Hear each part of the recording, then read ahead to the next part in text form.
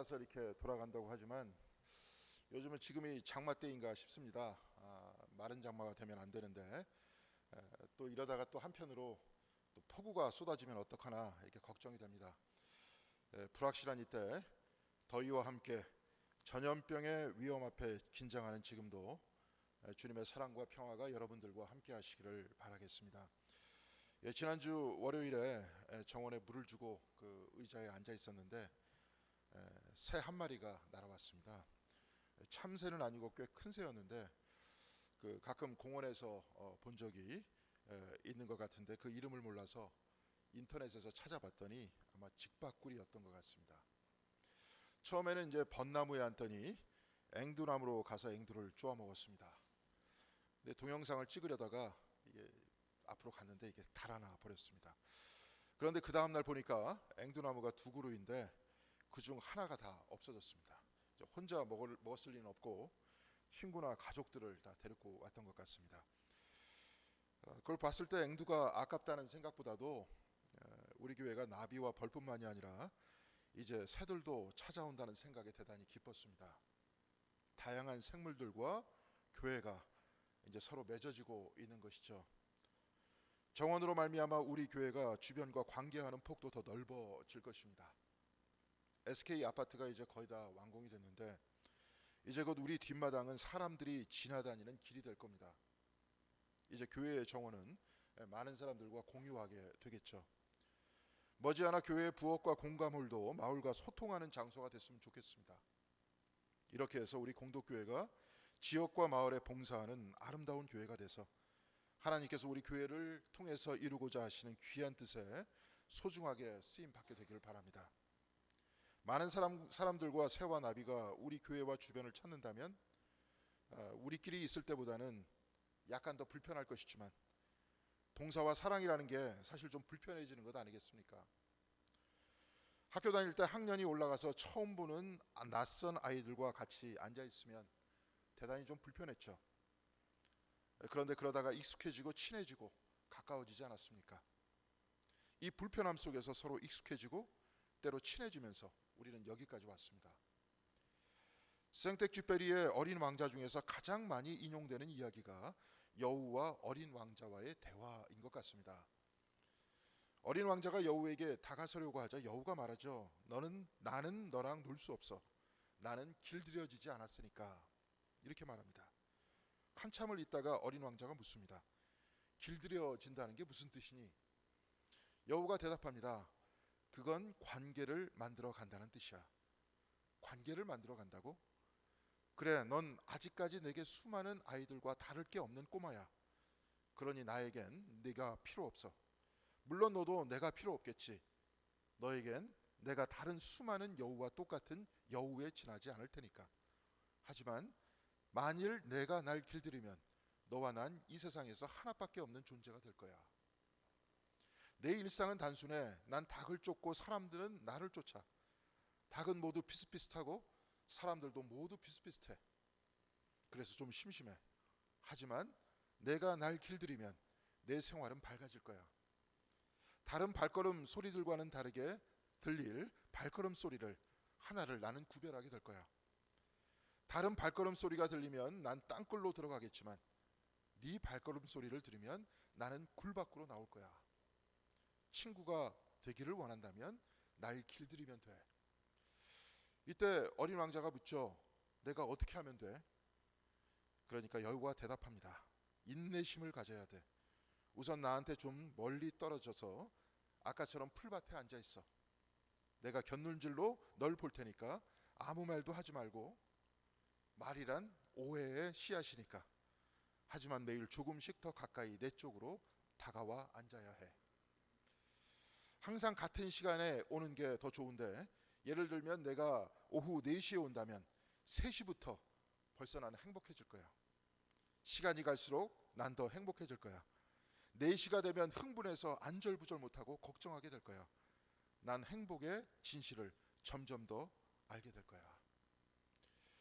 길들여진다는 것은 관계를 만든다는 것이고 이로써 친해진다는 겁니다. 그래서 정이 붙고 사랑하게 된다는 거죠. 이런 관계가 되기 위해서는 인내심이 필요합니다.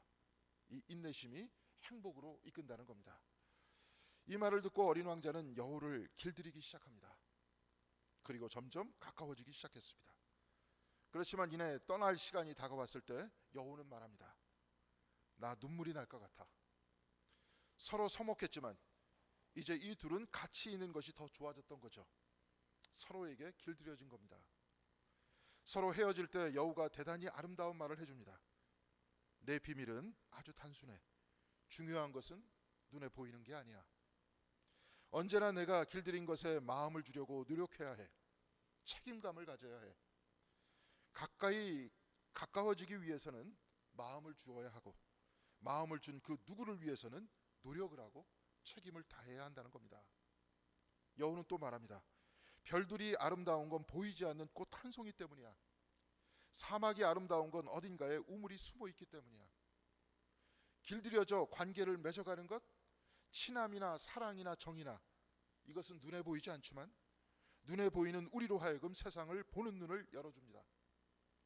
과거에는 관심도 없다가 이제는 별이 아름답게 보이기 시작하고, 나무를 한참 바라보게 되고 아무것도 없는 사막조차도 예뻐 보입니다. 여우는 또 말합니다. 여기 보고 있는 것은 껍질뿐이야. 가장 중요한 건 보이지 않는 거야. 눈에 보이는 건 보이지 않는 것에 의해서 드러난 겁니다. 드러난 것이 중요한 것이 아니라 드러나게 만든 것이 중요한 것입니다. 중요한 것은 눈에 보이지 않기 때문에 그렇습니다. 길들여지는 것, 친해지는 것, 정이 생겨나는 것, 사랑하는 것, 이것들은 눈에 보이지 않는 것입니다. 눈에 보이지 않기 때문에 영혼의 것입니다. 지금 이곳에서는 꽤 오래전부터 공독교회를 지켜오신 권사님, 장로님들도 계시지만 그분들도 이곳에 처음 오셨던 때가 있었죠. 그때 공독교회가 대단히 낯설었던 곳이었을 겁니다. 그런데 여우가 말했듯이 공독교회는 권사님, 장로님들에게 길들여졌고, 권사님, 장로님들은 공독교회에 길들여졌습니다. 친해졌고 정이 들었고 사랑하게 됐습니다. 이렇게 눈에 보이지 않는 것들 때문에 이분들께서는, 그리고 우리는 이곳에 나와서 예배를 드리고 성도님들과 이 교회 공동체를 위해서 노력하고 책임을 다하는 것이 아니겠습니까? 여우의 말이 맞는 것 같습니다. 중요한 것은 눈에 보이지 않습니다. 그런데 친해지고 정이 붙고 사랑하기 위해서는 조건이 있습니다. 그것은 바로 신뢰가 있어야 한다는 겁니다. 친해졌다는 것은 신뢰한다는 것이고, 신뢰한다는 것은 친해졌다는 겁니다. 사랑도 마찬가지입니다. 신뢰함과 사랑함은 마치 메비우스의 띠와 같이 연결되어 있습니다. 신뢰하기 때문에 사랑하는 것이고, 사랑하기 때문에 신뢰하는 겁니다. 성서 안에서 말씀하는 믿음이란 다른 것이 아니고 신뢰한다는 말입니다. 하나님을 믿는다는 것은 하나님을 신뢰한다는 겁니다. 그러니 믿음이 깊다는 것은 하나님에 대한 신뢰가 깊다는 겁니다. 하나님에 대한 신뢰가 낮은 사람은 상황에 따라 흔들리지만, 그 신뢰가 깊은 사람은 그 어떤 상황에도 흔들리지 않는다는 거죠. 신뢰가 낮은 사람은 바람에 나는 겨와 같지만, 신뢰가 깊은 사람은 시냇가에 심겨진 나무와 같이 흔들리지 않습니다. 이 신뢰가 깊어지면 친해진다고 했습니다. 그런데 하나님과 친해진다고 하지 않고 친밀해진다, 이렇게 표현하죠. 성서에서는 하나님과 동행한다, 혹은 하나님께서 함께 계신다, 이렇게 표현합니다. 그리고 하나님과 동행하게 되면 하나님에 대한 사랑이 깊어지는데, 바로 이때 믿음의 눈이 열립니다. 내가 하나님을 먼저 사랑한 것이 아니라 하나님께서 먼저 나를 사랑하셨다는 것을 알게 되는 겁니다. 예레미야서 1장 5절에 하나님께서는 예레미야에게 말씀하십니다. 내가 너를 모태에 짓기 전에 너를 알았고 내가 배에서 나오기 전에 너를 성별하였다. 이 말씀은 예레미야에 관해서만 하는 말씀이 아닙니다. 예레미야서 1장 5절을 읽는 사람은 바로 저와 여러분들입니다. 그러니까 이 말씀은 우리에게 하시는 말씀인 겁니다. 하나님께서는 모태에 짓기 전에 저와 여러분을 아셨고, 저와 여러분이 배에서 나오기 전에 성별하셨습니다. 하나님의 사랑이 지금도 우리의 머리털까지 새고 계십니다. 그만큼 우리와 가깝다는 말씀이 아닙니까?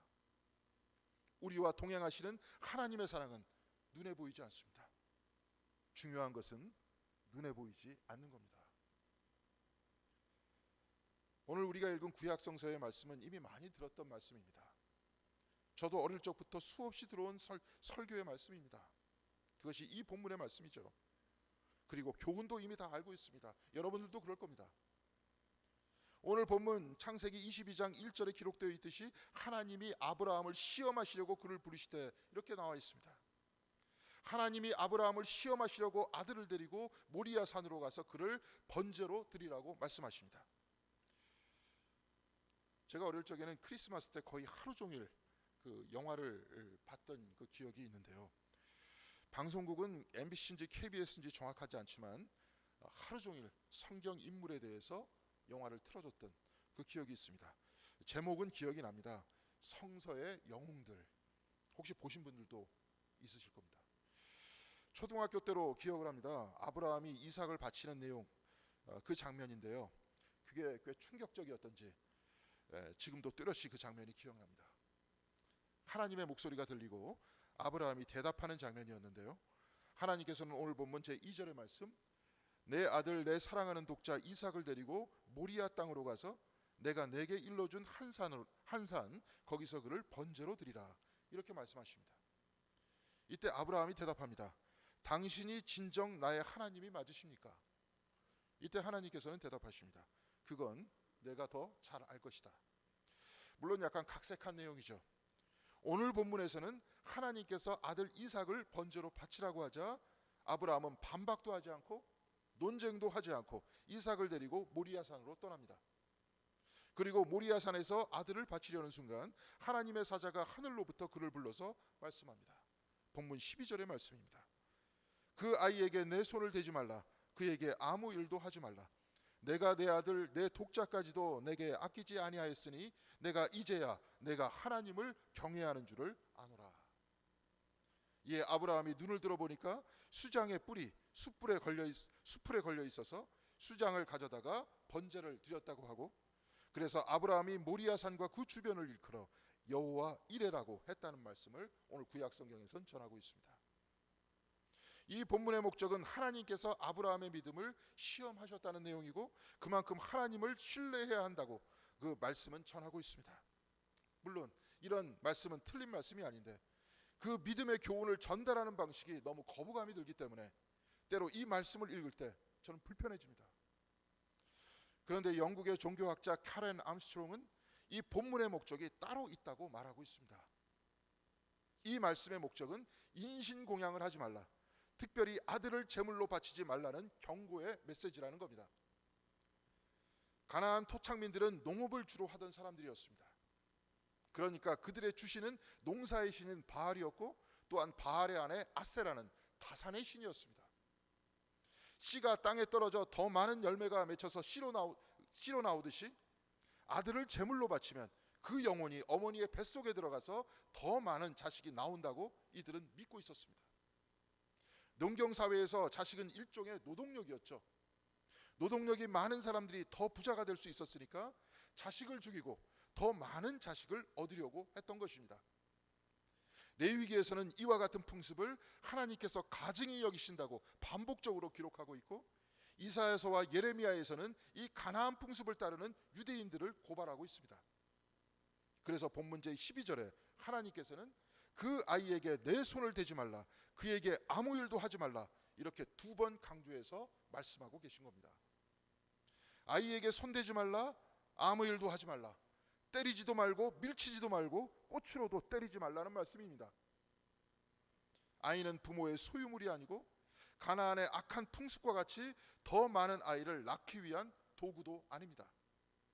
사람은 나의 이득을 남기기 위한 도구도 아니고 하나님께서 그 안에 거하시는 거룩한 피조물이라는 말씀입니다. 독일 출신의 유대인 철학자 마르틴 부버는 I and thou, 우리나라에서는 나와 너라고 번역되어 있는데 이건 잘못된 번역이고요. 나와 그대라는 책을 썼는데요. 이 책에서 사람이 관계를 맺는 방식은 두 가지가 있다고 했습니다. 그 하나는 I and it, 나와 사물로 관계를 맺는 방식이고, 또 다른 방식은 I and thou, 나와 그대로 관계를 맺는 방식이라고 했습니다. 만일 내가 자식들을 물건과 같이 그것으로 대한다면 어떻게 되겠습니까? 여러분들도 서로 내 이익을 위한 물건으로 대한다면 어떻게 되겠습니까? 내가 남을 물건으로 본다면 나 역시 남에게 있어서 제가 물건이 되는 것 아니겠습니까? 그러나 나와 그대라고 한다면 인격적인 관계가 형성되는 겁니다.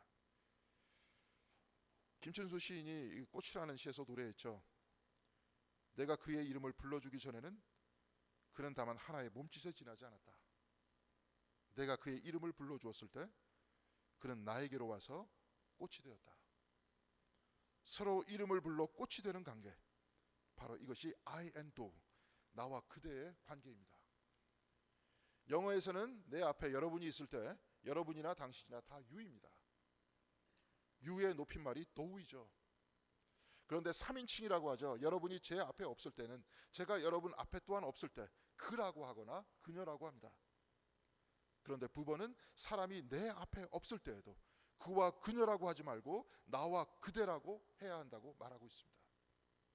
그가 없으면 사람들은 그를 도마 위에 올려놓고 그에 대해 평가하고 말하죠. 그 순간 그는 인격적 존재가 아니라 하나의 물건이 된다는 겁니다. 그러나 그 누구라도 바로 옆에 있듯이 그대라고 부르고 존중할 때 참다운 사람 간의 관계가 회복된다는 겁니다. 어린 왕자에게 여우는 길들여지는 것이란 친하고 소중한 관계가 되는 것이라고 했습니다. 친해지는 것이란 곧 신뢰한다는 것이요, 신뢰한다는 것은 친해지는 것이라고 했습니다. 친해진다는 것은 서로가 하나의 몸짓에 지나지 않다가 서로가 서로에게 꽃이 되는 것입니다.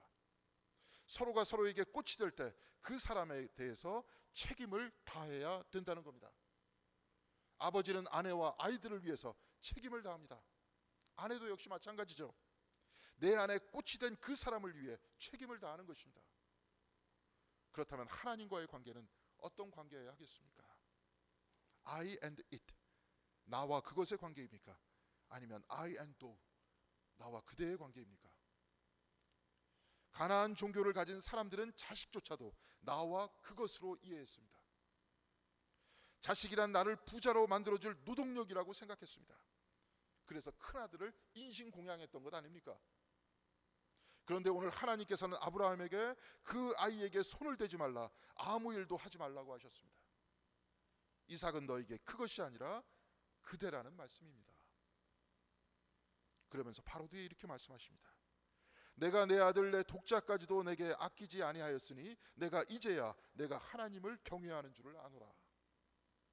이 말씀을 읽다 보면 앞의 말씀과 연결되지 않는 것 같습니다. 하나님을 경외하는 데 있어 아이도 아끼지 말아야 한다. 아이를 포기할 만큼 나를 경외해라, 이 말씀인 것 같습니다.